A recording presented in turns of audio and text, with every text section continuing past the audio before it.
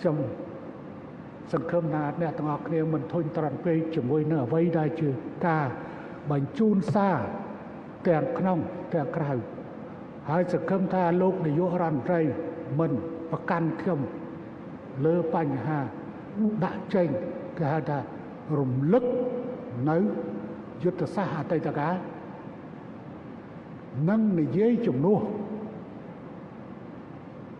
ហាក់ដូចជានិយាយជំនួសប៉ុន្តែអានោះវាត្រូវព្រោះប្រធានគណៈបកកណ្ដាលអំណាចវាត្រូវដឹងព្រោះនឹងដាក់ចេញយូរ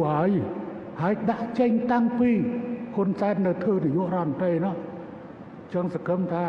ទាំងនាយករដ្ឋមន្ត្រីទាំងលោកនាយករដ្ឋមន្ត្រីទាំងឧបនាយករដ្ឋមន្ត្រីមិនធុញទ្រាន់មិនថាខ្ញុំមិនដណ្ដើមការងារទេហើយអាពួកបរទេសដែលអ្នកឯងនិយាយថាហ៊ុនសែននៅមានអំណាចធំច្បាស់និយាយអស់អំណាចចំណេចអញធ្វើប្រធានបកកណ្ដាលអំណាចឲ្យទៅយល់ពួកអ្នកឯងវិញទេដែលល្ងងព្រោះអ្នកឯងគ្រាន់តែសិក្សាពីប្រព័ន្ធបោះឆ្នោតក៏អ្នកឯងមិនចេះផង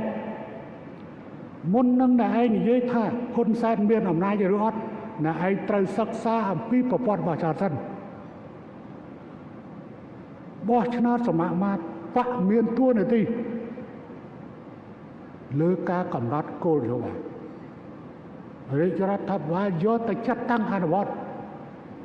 នៅក្នុងក្របខ័ណ្ឌនៃគោលនយោបាយរបស់គណៈបកហើយបើសិនបើមានការប្រែប្រួលនាយករដ្ឋមន្ត្រីព្រួយប្រោមគំនិតកែតម្រូវនៅក្នុងក្របខ័ណ្ឌគោលនយោបាយបកគោលនយោបាយ